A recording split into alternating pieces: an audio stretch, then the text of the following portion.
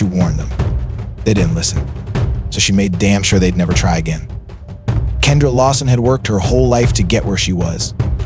At 42, she was proud of the life she had built, a beautiful 2-story home in Phoenix, Arizona, with a backyard that felt like her own little paradise. The highlight, her pristine, crystal-clear pool, which took time, effort, and money to maintain, but was worth every penny. Kendra wasn't flashy, but she had every right to be proud. She had bought the house on her own, no handouts, no shortcuts, just years of grinding, saving, and making smart choices. Her neighborhood was a mix of old and new homeowners, some friendly, some keeping to themselves. That was fine with her. She wasn't looking for a community potluck invitation, just peace and quiet. But peace, that didn't last long. The first time it happened, she brushed it off, thinking it might have been a mistake. One Saturday afternoon, she came home from running errands and noticed wet footprints leading from her backyard gate to the sidewalk. At first, she assumed it was the landscaper or a utility worker. But then she saw a dripping wet towel carelessly tossed over a fence, sending a sharp wave of unease through her. She checked the pool and saw that the water level was lower.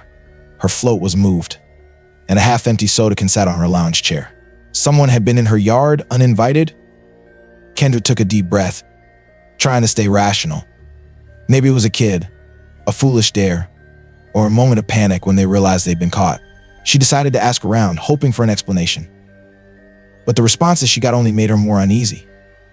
Casual shrugs and dismissive chuckles were all she received.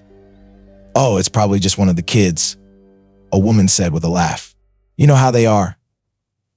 A man in his 50s barely looked up from his car and muttered, "You got a nice pool, Miss Lawson. People notice." The way he said it unsettled her, but she didn't push. Instead, she tightened the lock on her gate and told herself it wouldn't happen again. But just a week later, her hope for peace was shattered. That time, it wasn't just footprints. Kendra was sitting in her living room when she heard it splashing. At first, she thought maybe she had left the pool filter running. But then she heard laughter. Her stomach twisted as she walked to the back door, pulling the curtain aside. What she saw made her blood boil. A teenage boy was in her pool, swimming like he owned the place. A girl, probably his sister, sat on the edge, dipping her feet in, completely at ease. Kendra flung the door open, her voice cutting through the air like a knife. "Excuse Mammy." The kids jerked up, startled, their eyes wide with guilt. The boy scrambled out of the water, dripping wet and stammering.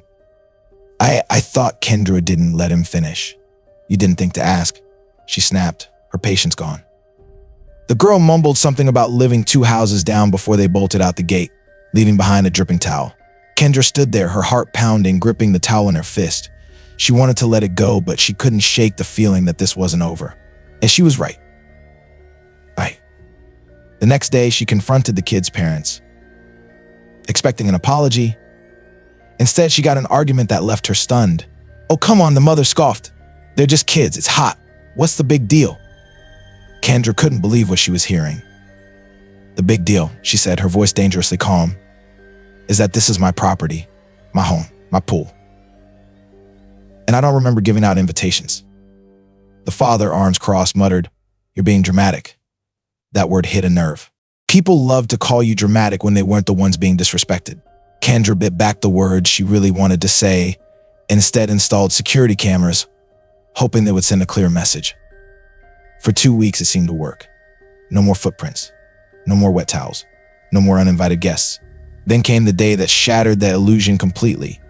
It was a scorching Saturday afternoon when Kendra pulled into her driveway and noticed something strange. Her side gate was open. Her stomach dropped as a bad feeling crept up her spine. She moved cautiously toward her backyard, her heart pounding harder with every step. What she saw made her freeze. Her yard was packed with people, not just kids, but grown adults. Lounge chairs were taken, beer bottles littered the ground, and someone had even set up a folding table with snacks. And in her pool, it was full of people like it was a public facility.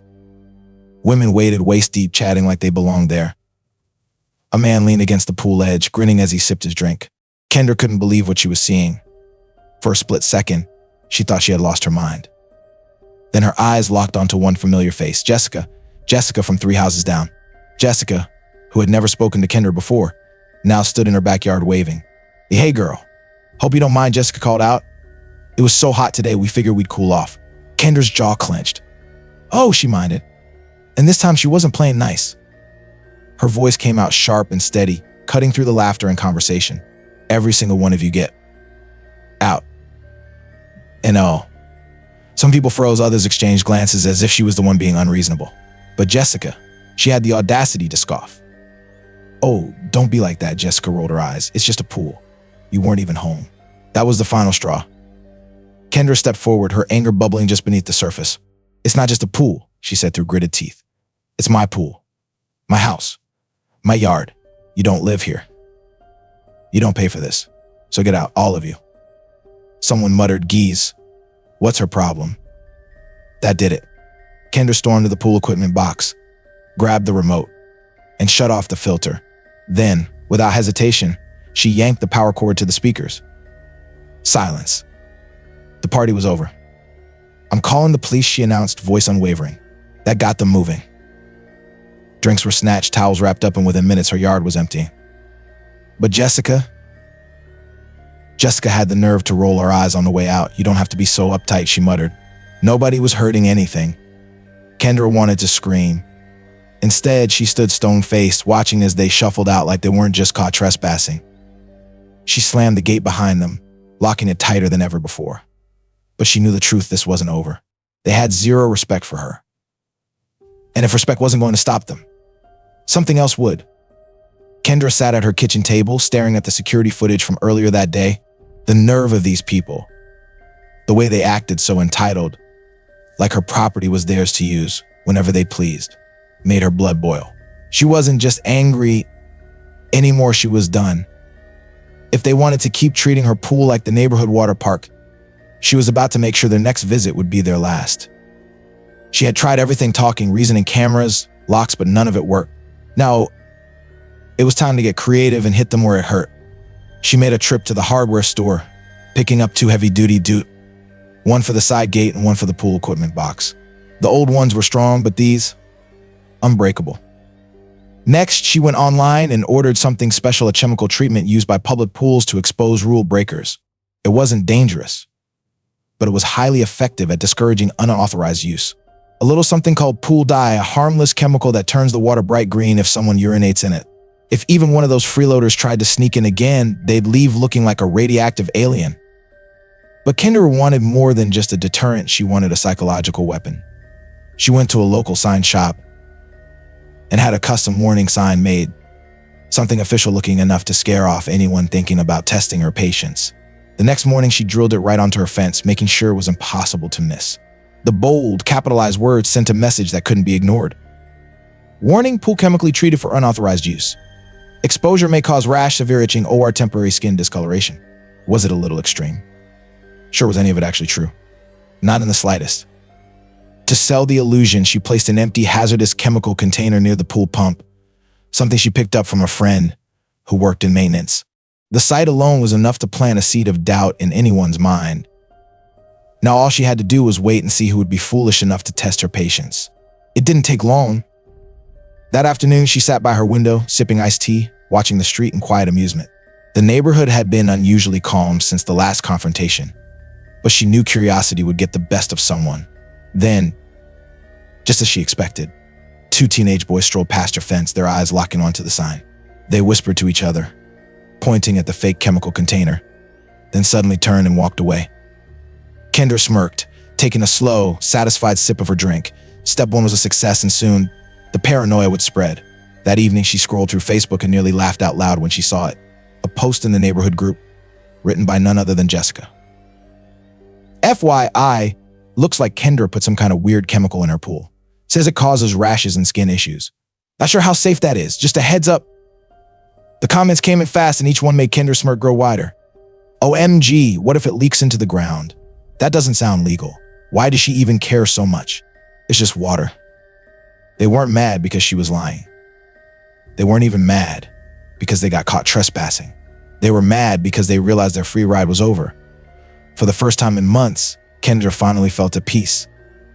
No more random towels left behind. No more strangers lounging in her backyard like it was theirs.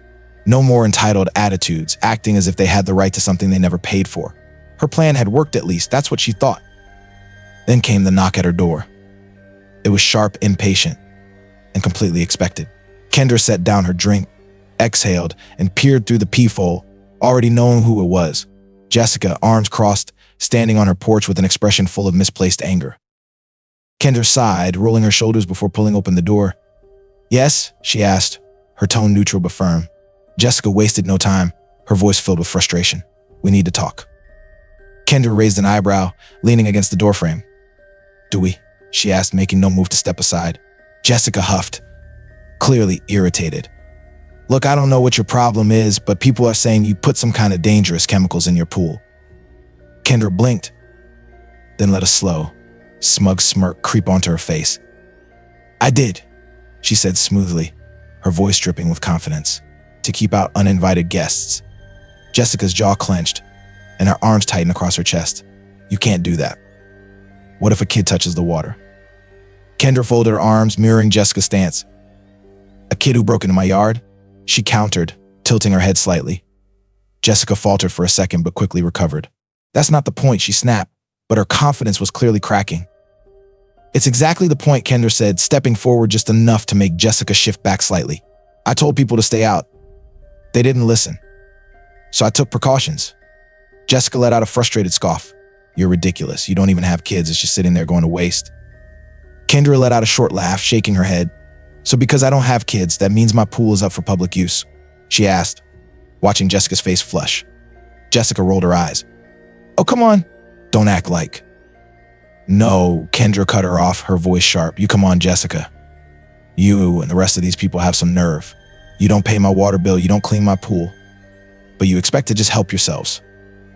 Jessica's face turned red with frustration. "Well, if you weren't so unfriendly, maybe people would actually like you." Kendra let out a full, genuine laugh, one that sent a clear message she had already won. "That's your problem, Jessica. You think being liked means letting people walk all over you."